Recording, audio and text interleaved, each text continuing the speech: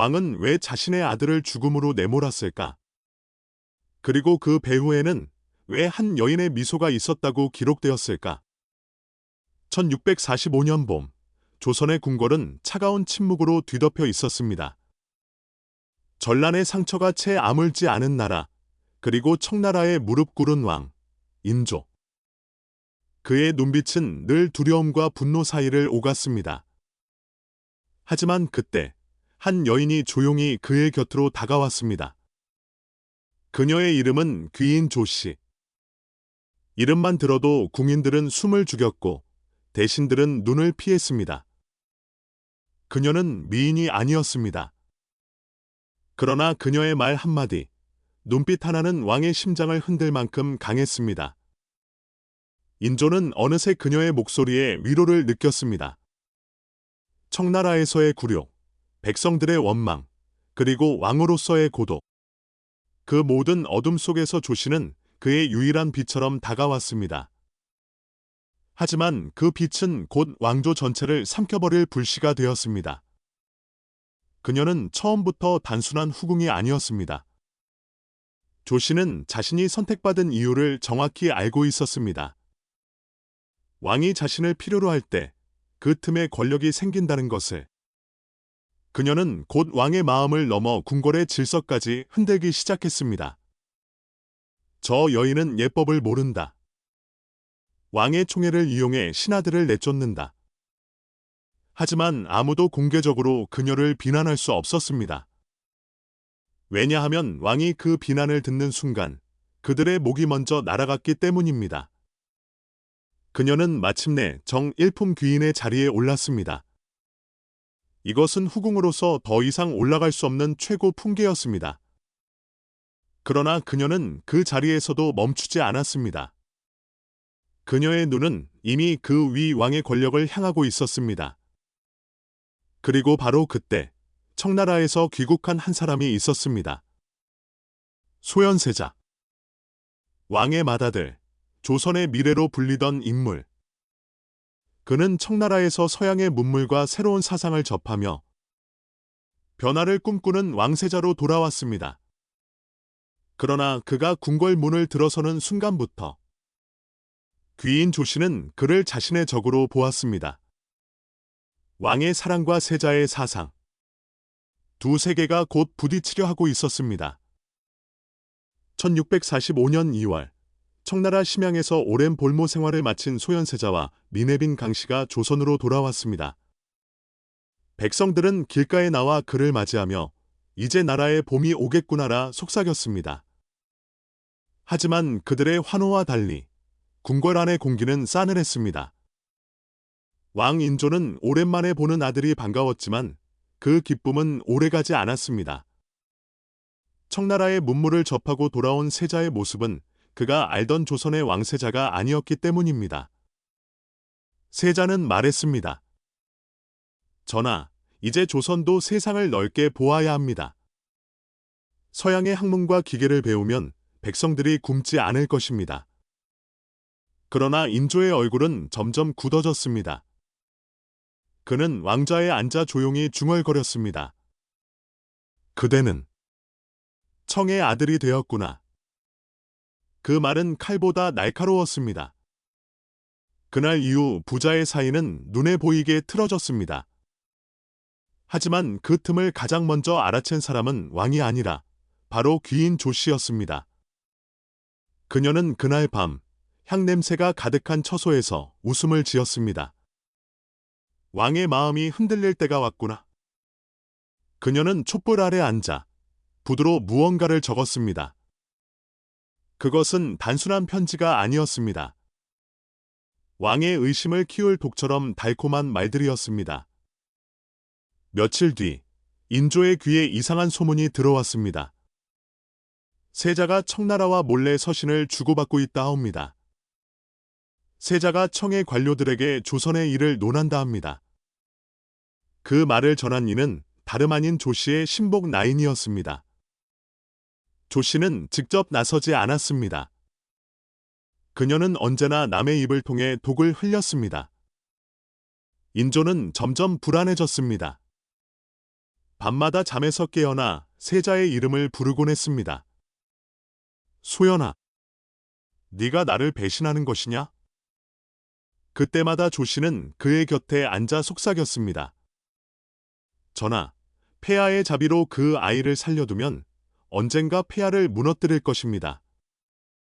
그녀의 목소리는 부드러웠지만 그 안엔 서리바람이 섞여 있었습니다. 그녀는 왕의 마음속 두려움을 정확히 알고 있었습니다. 그리고 어느 날 조씨는 결정적인 한마디를 남깁니다.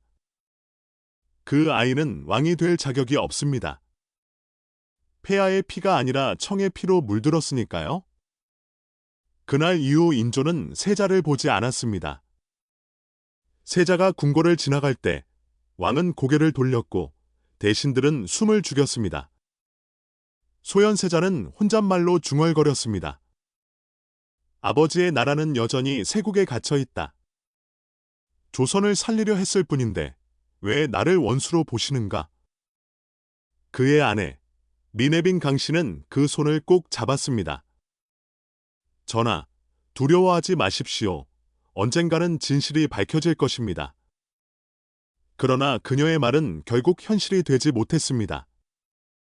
그날 밤, 궁궐 한쪽에서는 또 다른 불빛이 켜졌습니다. 조씨의 처소. 그녀는 거울을 보며 자신의 얼굴을 바라보았습니다. 이제 시작이야? 그녀의 눈빛은 얼음처럼 차가웠습니다. 그녀는 세자를 무너뜨릴 첫 계획을 세우고 있었습니다. 그리고 몇 달 뒤, 조선의 역사를 바꿀 죽음의 서막이 열립니다. 1645년 4월 26일, 봄비가 내리던 날. 창덕궁의 공기는 이상하리만큼 무거웠습니다. 세자가 귀국한 지 불과 2달. 그러나 그의 얼굴은 이미 피로와 의심으로 짙게 물들어 있었습니다. 그날 밤, 세자는 침전에서 아내 미네빈 강씨에게 속삭였습니다. 부친의 눈이 더 이상 나를 보지 않소. 강비는 그 손을 잡으며 눈물을 삼켰습니다. 폐하의 곁에는 귀인 조씨가 있습니다. 그 여인이 전하를 위험에 빠뜨리고 있습니다. 세자는 잠시 침묵하다가 고개를 들었습니다. 나라를 바꾸려 했을 뿐인데 이제 나는 죄인이 되었구나. 그 시각, 왕의 식탁에서는 이상한 냄새가 피어오르고 있었습니다. 은잔에 담긴 수라 한 그릇. 그 속에는 아무도 모르게 섞인 한 방울의 독. 그것이 조선의 운명을 바꿨습니다. 이날 아침, 세자의 침전에서 비명이 터졌습니다. 세자 저하께서 피를 토하십니다. 궁궐은 순식간에 혼란에 빠졌습니다. 일관들이 달려와 맥을 짚었지만 세자의 몸은 이미 차갑게 굳어가고 있었습니다. 이목구비의 7구멍에서 피가 흘러나왔고 피부는 검게 변했습니다. 일관 이영익은 떨리는 목소리로 말했습니다. 이것은 명백한 독살의 징후이옵니다. 그러나 인조는 눈을 감은 채 아무 말도 하지 않았습니다. 그의 곁에 있던 귀인 조씨가 조용히 무릎을 꿇었습니다. 전하, 청나라의 독이 아닐까요? 세자가 가져온 이물들 속에 독이 있었을지도 모릅니다. 그녀의 목소리는 부드러웠지만 말끝에는 완벽한 의도가 숨어 있었습니다. 그날 저녁, 왕의 명이 떨어졌습니다. 세자는 병사 하였다. 그 한마디로 모든 진실은 묻혔습니다. 궁궐은 장례를 준비했고 백성들은 통곡했습니다. 그러나 아무도 왜 죽었는지 묻지 못했습니다. 묻는 순간 목숨을 잃었기 때문입니다. 미네빈 강씨는 남편의 시신 앞에서 머리를 풀고 울부짖었습니다. 이건 병이 아니라 음모입니다. 왕의 피를 더럽힌 자를 밝히소서. 그녀의 절규는 궁궐 벽을 울렸지만 인조는 고개를 돌렸습니다. 그 곁에 앉은 조씨의 얼굴에는 미묘한 미소가 스쳤습니다. 그녀는 이미 다음 수를 생각하고 있었습니다. 이제 그 여인만 없애면 완벽하겠군. 그날 밤, 조씨는 자신의 처소에서 은빛 향압을 열었습니다. 그 안에는 붉은 봉서 한 장이 들어 있었습니다. 거기엔 단 4글자. 강씨를 주살하라. 그녀의 손끝에서 향이 피어오르고 그 향은 조선의 마지막 희망을 삼켰습니다. 며칠 후 조선의 조정은 다시 뒤흔들렸습니다. 왕의 수라상에서 전복에 독이 섞여 있었다는 보고가 올라왔습니다. 그 독을 올린 이는 다름 아닌 강빈의 시녀로 지목되었습니다. 조씨는 눈물까지 흘리며 왕에게 말했습니다. 전하, 이 얼마나 통탄합니까? 세자의 죽음도 모자라 이제는 왕을 노리다니? 그날 저녁, 인조는 단호히 명했습니다. 미네빈 강씨를 패하라. 왕의 명이 떨어지는 순간, 궁궐의 꽃들은 한꺼번에 시들었습니다. 1646년 3월 15일, 하늘은 흐렸고 바람은 이상하게 차가웠습니다. 그날, 궁궐의 모든 문이 닫혔습니다. 그리고 단 한 사람의 이름이 속삭여졌습니다. 미네빈 강씨. 왕의 명이 내려졌습니다. 미네빈 강씨를 패서인하고 그 죄를 국문하라. 그녀는 왕의 첨며느리였고 조선의 미래를 품은 여인이었습니다. 그러나 그날 그녀는 반역자로 불렸습니다. 전하, 신첩은 아무 죄도 없습니다. 강씨는 머리를 조아렸지만 왕은 눈을 피했습니다. 그의 옆에는 항상 그 여인이 있었습니다. 귀인 조씨. 그녀는 천천히 왕의 귀에 속삭였습니다. 폐하, 왕의 수라상에 독이 올랐습니다. 그 손은 폐하의 며느리의 것이었다 합니다. 그녀의 말 한마디는 천둥 같았습니다. 그러나 아무도 증거를 보지 못했습니다. 그저 조씨의 눈물 한 방울이 진실을 대신했습니다. 형조의 관리들이 강씨의 처소를 급습했습니다. 시녀들은 끌려가 고문을 받았습니다. 누가 명했느냐? 누가 독을 올렸느냐? 하지만 누구도 입을 열지 않았습니다. 그녀의 무고를 아는 이들은 모두 두려움에 떨었습니다. 결국 인조는 결정을 내렸습니다. 의심이 있으니 더는 살려둘 수 없다. 그날 새벽, 강씨는 궁 밖의 한 초라한 처소로 끌려갔습니다. 그녀의 머리는 풀려 있었고 눈에는 두려움이 아닌 결의가 서려 있었습니다. 그녀는 마지막으로 하늘을 올려다보며 중얼거렸습니다. 하늘이 있다면 진실은 언젠가 밝혀질 것이다. 곧이어 내관이 은잔을 들고 들어왔습니다. 잔 안에는 붉은 빛이 일렁였습니다. 사약. 폐하의 명이옵니다. 그녀는 잔을 바라보다가 조용히 웃었습니다. 왕의 명이라면 거역할 수 없지요. 하지만 그 왕이 진실을 모른 채 내린 명이라면 그 죄는 과연 누구의 것일까요? 그녀는 잔을 들고 한 모금 삼켰습니다. 입가에 피가 번졌고 하늘이 흔들렸습니다. 그녀의 마지막 한마디는 바람 속에 흩어졌습니다. 조씨, 너는 결국 왕을 무너뜨릴 것이다. 그날 밤, 바람이 궁궐을 휘돌았습니다. 조씨의 처소 창문이 열려 있었고 그녀는 향을 피우며 미소를 지었습니다. 끝났다. 그녀는 거울을 보며 왕비처럼 머리를 빗었습니다. 그 순간 그녀의 눈에는 왕이 아니라 조선 그 자체가 비쳤습니다. 그녀는 이미 후궁이 아니라 권력 그 자체였습니다. 그러나 강빈의 죽음은 끝이 아니라 시작이었습니다. 백성들은 길거리에 나와 통곡했습니다. 강빈은 억울하다. 하늘이 보고 있다. 실록에는 이렇게 기록되었습니다. 그 죄가 밝혀지지 않았는데 단지 의심으로 법을 시행하니 안팎의 민심이 모두 조씨를 원망하였다. 그날 이후 궁궐의 복도마다 속삭임이 돌았습니다. 그 여인이 왕을 다스린다. 왕이 아니라 조씨가 조선을 움직인다. 그러나 아무도 소리내어 말하지 못했습니다. 그녀의 이름을 입에 올리는 순간 그 입은 영영 닫혔기 때문입니다.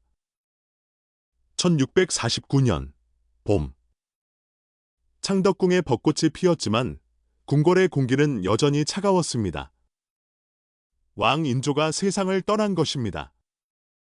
그의 장례가 끝나기도 전에 조씨는 울며 왕의 초상 앞에 엎드렸습니다. 폐하, 어찌 저를 두고 먼저 가시나이까? 그녀의 눈물은 진심 같았지만 그 곁의 내관들은 모두 알고 있었습니다. 그 눈물은 왕의 사랑이 아니라 자신의 두려움을 위한 눈물이었습니다. 그녀는 속으로 생각했습니다. 이제 나를 막을 이는 없다. 세왕 효종도 결국 내 손안에 있겠지. 하지만 그녀는 몰랐습니다. 그 순간 왕좌 뒤에서는 이미 새로운 바람이 불고 있었다는 것을. 새 임금 효종은 형 소현세자의 동생이었습니다. 그는 형의 죽음에 얽힌 어둠을 알고 있었습니다. 그리고 그 어둠의 이름이 바로 조씨라는 것도. 효종은 즉위한 첫날 밤 조용히 말했다. 하늘이 긴 세월을 기다렸다. 이제 그 빚을 갚을 때가 왔다.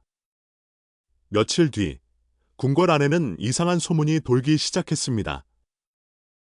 귀인 조씨가 왕을 저주했다 한다. 또다시 영모의 그림자가 드리워졌다. 그 소문은 단순한 유언비어가 아니었습니다. 김자점 옥사 조선의 권력을 뒤흔든 대형 사건이 터진 것입니다. 조씨는 딸 효명공주와 사위 김세룡을 시켜 세왕 효종을 저주하고 왕위를 뒤집으려 했다는 혐의를 받았습니다. 조씨는 억울하다 외쳤습니다. 나는 인조의 사람이다. 어찌 아들의 왕을 해하려 하겠는가? 하지만 효종은 냉정했습니다. 인조의 후궁이었으나 조선의 적이 되었다. 조씨의 처소에는 군사들이 들이닥쳤습니다. 향로가 엎어지고 보석함이 부서졌습니다. 그녀는 그 자리에서 머리 장식을 뜯겨 나갔습니다. 귀인 조씨를 잡아라. 그 한마디로 20년간의 영화가 무너졌습니다. 며칠 뒤 추국이 열렸습니다. 조씨의 오랜 죄악들이 하나둘 밝혀졌습니다. 소현세자의 죽음, 미네빈 강씨의 사약, 장렬왕 후의 유배. 모든 길이 그녀를 향하고 있었습니다. 그녀는 끝까지 부정했습니다. 그건 모두 거짓이다. 내가 아니었다. 왕이 원하신 것이었다. 그러나 효종은 조용히 웃었습니다. 그대의 입에서 그 말이 나올 줄 알았다. 왕의 뜻을 빙자한 자가 바로 가장 큰 죄인이다. 1651년 12월 14일, 하늘은 다시 어두워졌습니다. 그날 조씨에게 마지막 명이 내려졌습니다. 귀인 조씨의 좌우를 삭탈하고 사약을 내리라. 그녀는 마지막으로 물었습니다. 폐하, 저를 정말 죽이시렵니까? 나는 인조의 사람입니다. 그의 사랑을 받은 여인이었는데. 효종은 눈을 감았습니다. 그대는 인조의 사랑을 이용해 왕실의 피를 더럽혔다. 이제 그 피로 죄를 씻어라. 은잔이 차가운 바닥 위에 놓였습니다. 그 속의 독은 그녀가 언젠가 강빈에게 내렸던 것과 같은 비디였습니다. 그녀는 잔을 들며 비웃듯 말했습니다. 결국 왕실의 여자는 다 이렇게 끝나는구나. 그리고 천천히 그 독을 삼켰습니다. 눈이 붉게 물들고 손끝이 떨렸습니다. 그녀는 마지막으로 거울을 바라보았습니다. 그곳에는 더 이상 귀인 조씨가 아니라 죄인 조씨가 서 있었습니다. 잠시 후 잔이 바닥에 떨어져 구르며 부딪혔습니다.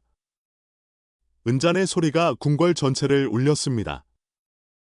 그녀가 죽던 날 창덕궁의 하늘에는 눈이 내렸습니다. 그 눈은 순백이었지만 그 아래에는 피보다 붉은 죄가 묻혀 있었습니다. 그녀의 이름은 기록에서 지워졌습니다. 하지만 백성들의 기억에서는 사라지지 않았습니다. 사관은 조용히 붓을 들고 한 줄을 남겼습니다. 귀인 조씨, 사사되다. 단 6글자. 그러나 그 6글자 속에는 수많은 생명과 피, 그리고 한 시대의 슬픔이 모두 담겨 있었습니다. 세월이 흘러도 사람들은 속삭였습니다. 조씨는 죽었지만 권력의 독은 여전히 남아있다. 그녀의 삶은 조선이 버린 그림자였습니다. 그리고 그 그림자는 오늘날에도 여전히 인간의 욕망이 얼마나 위험한가를 말해주고 있습니다.